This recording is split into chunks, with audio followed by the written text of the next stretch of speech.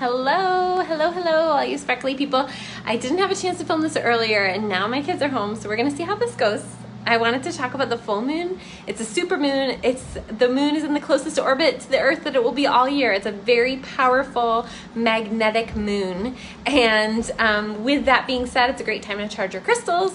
It's a great time to do any kind of ritual, especially around the Earth, because it's an Earth full moon in Virgo. And Virgo is the sign of the maiden, of the virgin, but really what we mean by that is she's in service to herself first. Paco, come here. And she's in service to herself first. She takes care of her needs. She takes care of herself because she knows that there's no other way to sustain the community, to sustain the family, to sustain anyone else if she's not taking care of herself, right? So this Virgo full moon is very important. You want to know where in your chart it's happening. Where's 0 degrees of Virgo in your chart. The other interesting thing, I usually don't pay attention to the fixed stars or anything like that, but this is really interesting because at that same 0 degree of Virgo, we have, am I going to be able to say his name? Regulus, and that is the heart of the lion. So it's interesting because this is right on the cusp of Virgo. It just moved into Virgo, but it's right on that cusp of Leo Virgo, and that cusp deals a lot with, we know that Leo's all about the inner child, the inner muse, playing, leisure, having fun, shining bright like the sun, really just like allowing joy to be your medicine and sharing that with others.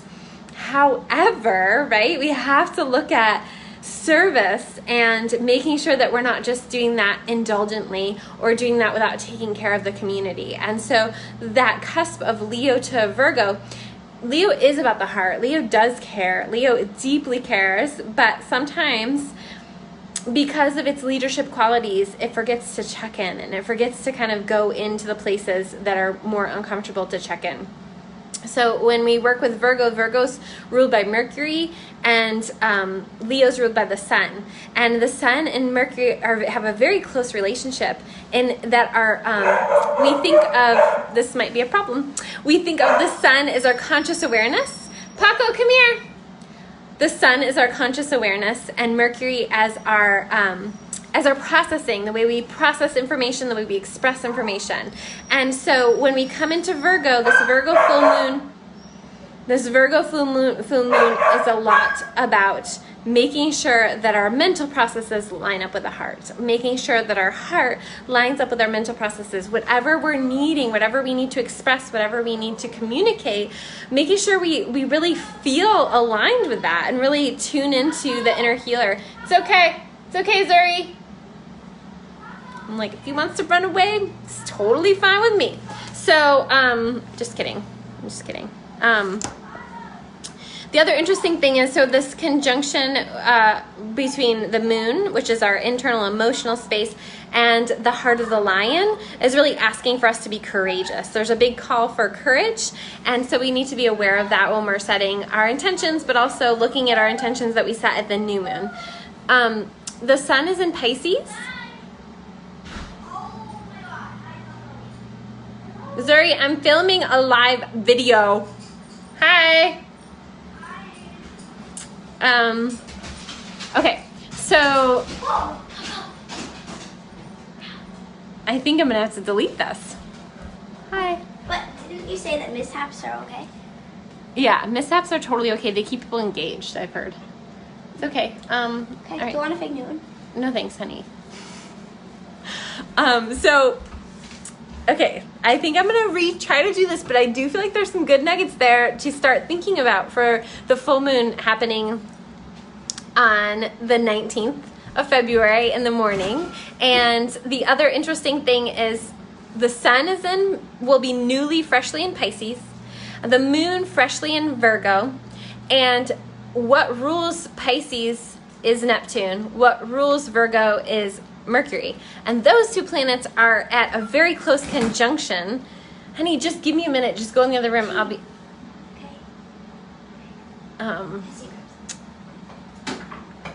they form a very close conjunction, and that's an interesting combination.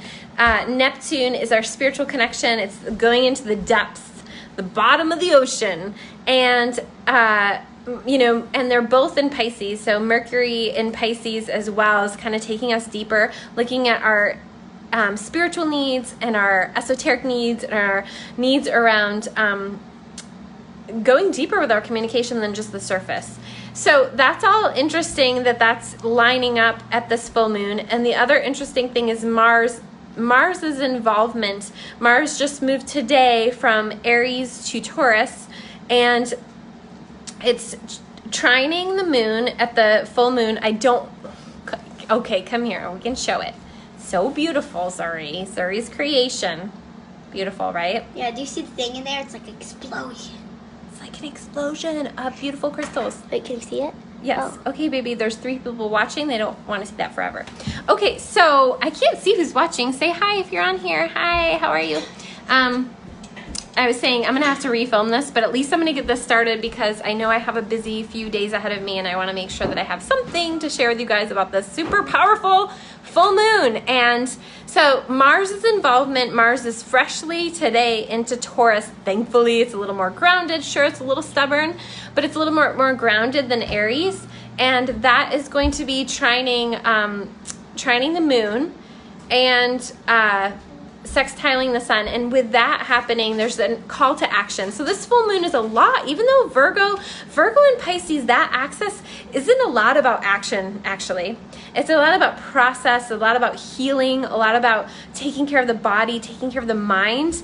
However, Mars's involvement is making, and the fact that it's right on the lion's heart, is making me think that this full moon is a lot more about us being courageous and taking actions that have been long ago needed, and really moving forward on those things. So if there's anything you've been dragging your feet on or big changes that need to happen, this is the time for it. We have all planets direct for February, and then we're going to get into retrograde season. So I know that maybe there was this idea that 2019 was going to be easier than it is, and that things were going to open up and all these opportunities were going to come to you, but that's not true. It takes work. It's all about the work that we put in, right? And staying committed to your goals, looking back at your goals for 2019 and really staying committed. I look back at 2018 and I'm like, if I didn't have that one set goal, that one thing would not have happened. If I didn't revisit and look at it and work on it and work on it and work on it, it wouldn't have happened. And so it really does take us staying focused, having the vision, and knowing what actions we need to take to line us up to that.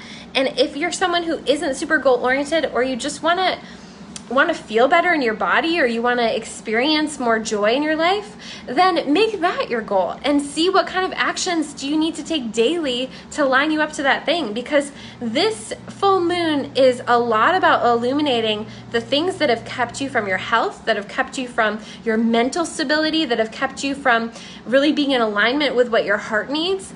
And this is the time to clear away all of those things that have kept you from that. So I highly recommend working with me at this time. It's a super powerful time to work together. The other thing that I recommend is reading more about this full moon, reading more about Virgo, and seeing where 0 degrees of Virgo is in your chart. The other thing I'd be interested for you guys to know is where is the 29th degree of Pisces in your chart, because we have at this full moon, the day before the full moon, we'll have Chiron moving from Pisces into Aries. That's going to be an intense transition, but guess what? We're already in it. For as long as Chiron has been on the 29th degree of Pisces, we've been dealing with intensity, and this has a lot to do of where Pisces is in your chart, the 29th degree of Pisces, and what other planets are there, okay? And so for some of us, that might be more activating, and for some of us, it might not be as activating, but this is going to be more activating as well if you have a prominent Chiron placement in your chart. So either Chiron is at your rising, your midheaven, or it's at, or your IC, or your descendant, one of those places, or it's conjunct your sun, or conjunct your moon, or conjunct one of your inner planets, then that's a prominent placement for Chiron. And so you feel him more intensely, and he is the wounded healer. And you cannot heal or bring healing to others if you're not willing to go into the wounds yourself. So that might be what it's time for. I hope you guys have a beautiful day. And if you want to work with me, just reach out. My website, I'll put it below the link.